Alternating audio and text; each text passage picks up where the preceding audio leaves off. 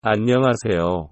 복지 관련 정보를 가장 발빠르게 전하는 KNN 복지뉴스입니다. 매일 새롭게 발표되는 핵심 정보만 전달해드리고 있는데요. 앞으로는 가족 간 계좌 이체를 함부로 하지 말아야 합니다. 단순히 서로 필요해서 계좌 이체를 한다고 해도 세금 폭탄을 맞을 수도 있다는 사실을 알고 계신가요? 오늘은 가족 간 계좌 이체 시 주의해야 할 사항을 정리하여 알려드리도록 하겠습니다. 부모님과 자녀, 그리고 배우자 간의 가족 간 계좌 이체는 많이 발생하는 경우입니다. 그러나 앞으로는 가족 간 계좌 이체를 함부로 하지 않아야 합니다. 생각하지 못했던 곳에서 세금이 나갈 때 억울함을 느낄 수도 있습니다. 그렇다고 이미 나와버린 세금을 안 낸다면 범법이 되어버리니 억울해도 낼 수밖에 없죠. 오늘은 가족 간 계좌 이체를 할 때 꼭 주의해야 할 사항을 알려드리고 쓸데없는 세금을 발생하지 않게 하는 방법까지 정리하여 알려드리도록 하겠습니다. 먼저 구독과 좋아요,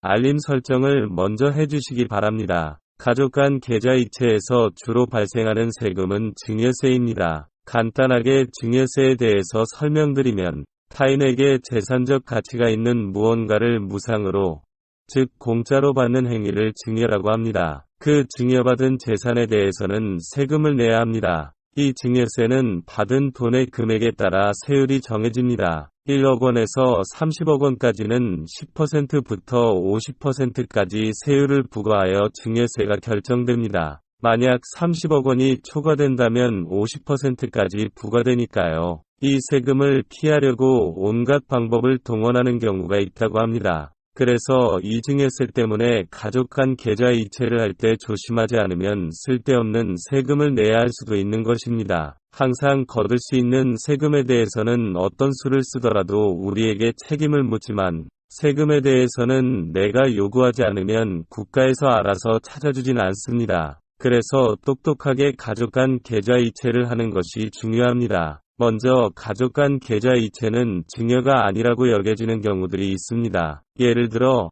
치료비, 생활비, 교육비는 증여로 보지 않는다고 나와 있습니다. 그렇다면 치료비, 생활비, 교육비는 자유롭게 계좌 이체를 해도 되나요? 원칙적으로는 그렇지 않습니다. 생활비의 경우 부양 의무가 있는 사람이 주는 형태여야 하며 생활비로 받은 돈을 주식이나 주택 구입 등 재산 취득 행위를 해서는 안 됩니다. 만약 생활비로 받은 돈으로 주식이나 주택을 샀다면 이는 증여로 인정되어 세금을 내야 합니다. 또한 필요시마다 소액으로 입금을 하고 몇 년치를 한 번에 입금하는 부분은 걸릴 수 있으므로 주의하셔야 합니다. 생활비 외에도 많이 문의주시는 것이 축의금입니다. 축의금도 헷갈리시는 분들이 많은데 축의금은 혼주인 부모의 경제적 부담을 덜어주려는 목적으로 하객이 건네는 것으로 보기 때문에 원칙적으로는 부모 소유인 것입니다. 그러나 만약 부모의 거액의 축의금을 결혼 당사자인 자녀가 받아 대출 상환 등에 사용한다면 증여로 보고 세금을 내야 합니다. 그러나 신랑과 신부의 하객들이 부모님께 대신 전달해준 축의금도 있을 거예요. 이런 경우에는 누구에게 받은 축의금인지 방명록 등을 잘 챙겨두시면 오해의 소지가 발생해도 방어할 수 있게 됩니다. 그리고 혼수용품도 많이 궁금해하십니다. 자녀를 결혼시킬 때 냉장고,